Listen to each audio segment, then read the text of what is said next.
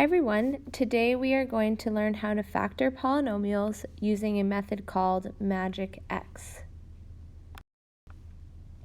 So we can use what's called MAGIC-X to factor polynomials that look like this. They must be in this form. So you have 1x squared plus bx plus c. So b and c can be any numbers, but what's important here is that the coefficient of x squared is 1. So we call it MAGIC-X because we set up an x to help us find our missing numbers. So the constant, the number without the variable, we're always going to put on top of our MAGIC-X. So this number will go here. And the coefficient of x, that b value, will always go on the bottom. And then our job is to find two numbers that multiply to make the c value and add to make the b value. So we're going to find two numbers again that multiply to make the top number, and when you add them, you get this bottom number. So once you have those two numbers, those numbers are going to become parts of our factors.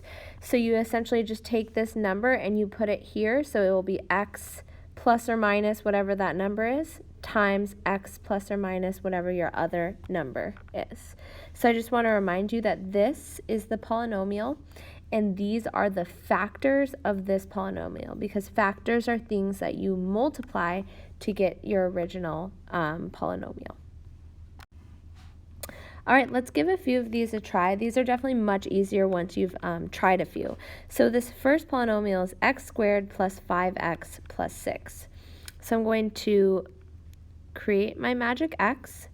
Remember, this top number, or my constant, goes on the top, and the coefficient of x, which is 5, will go on the bottom.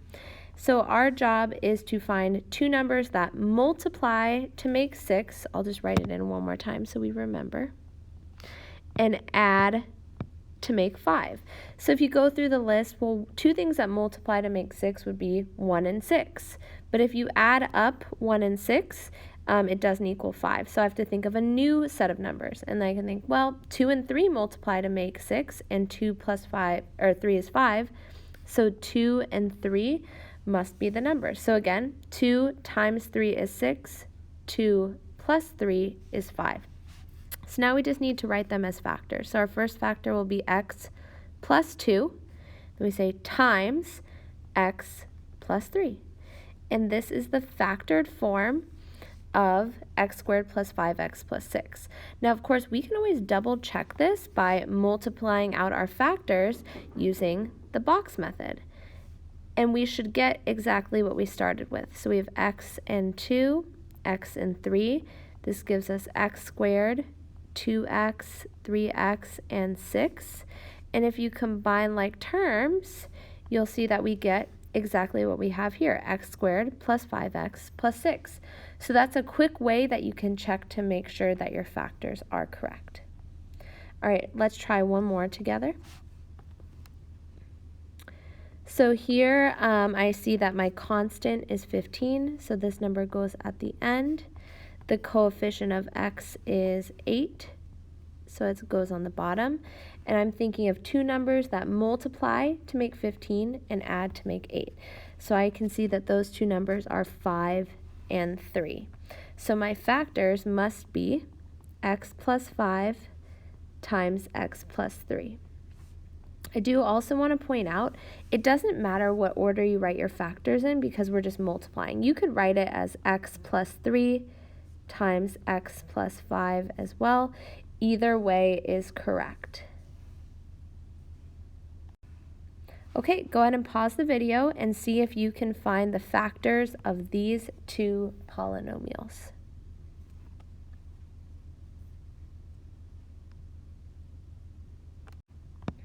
Okay, let's check our work. So for example A, the two numbers that multiply to make 12 and add to make 7 are 4 and 3.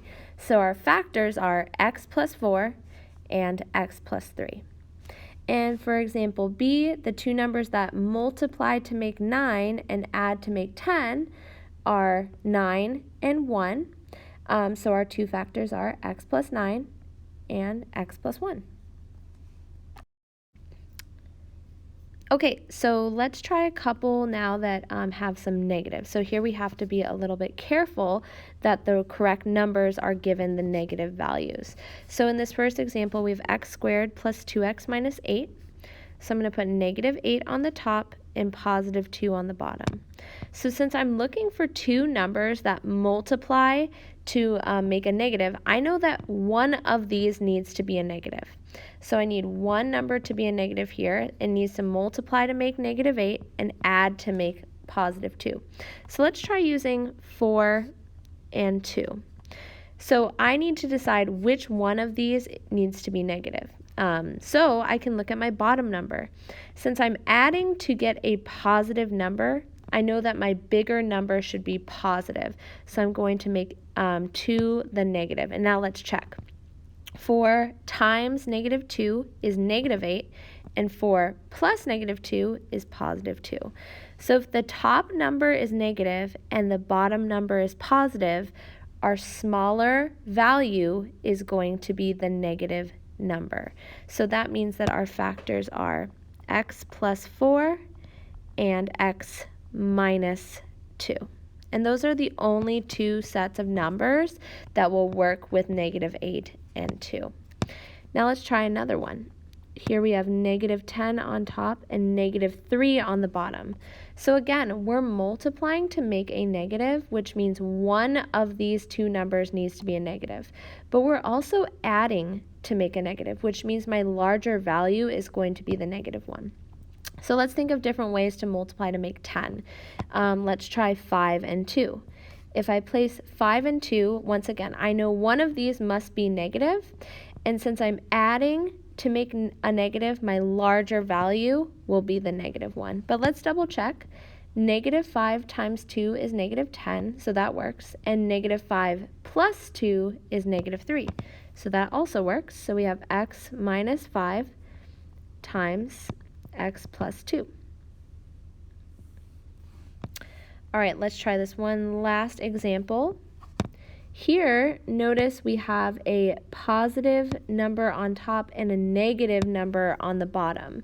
So we know that the only way to add up two numbers, or to multiply numbers and get a positive, and to add two numbers to get a negative, would be for both values to be negative. So again, if I multiply two negatives, I get a positive. And if I add two negatives, I get a negative. So in this case, I know both numbers must be negative. So let's think of ways to multiply and make 6. We could either do 6 and 1, or we can do 2 and 3. So let's try 2 and 3. So 2 times 3 is positive 6, but 2 plus 3 is positive 5. So let's try making them both negative, as I said, because we know a negative times a negative gives us a positive, and a negative plus a negative gives us a bigger negative. So our two factors in this case are going to be x minus 2 and x minus 3. So you definitely need to be careful when you see a negative in one or both of your numbers. So just look at these three cases, and of course at the end you should just double check to make sure that your numbers work out for your top and bottom values. Okay, go ahead and pause the video and give these three a try, and we'll check the answers in just a few seconds.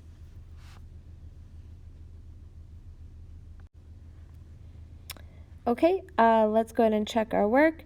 So the only way to multiply to get negative 24 and add to get negative 5 is by using the numbers negative 8 and 3. So remember, since we're adding and we get a negative, our larger value must be the negative one. So we have x minus 8 times x plus 3. For part B, multiplying to get negative 18 and adding to get positive 3 would give us positive 6 and negative 3. Remember, if you're adding and our answer is positive, that means our larger value must be positive. Now, part C is definitely the trickiest one. We're multiplying to make a positive, but we're adding to make a negative. So when you see that, we know that both numbers must be negative.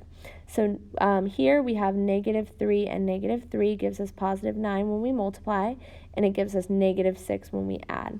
So you'll notice that here both of our numbers are the same. So that means that both of our factors are x minus 3.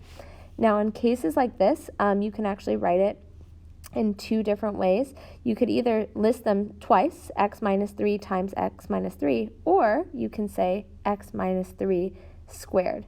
So you might notice that this is actually one of our special product patterns that we learned last unit. So if you multiply this out, this is our special product pattern. All right, that is all for today's lesson. Thank you so much for watching.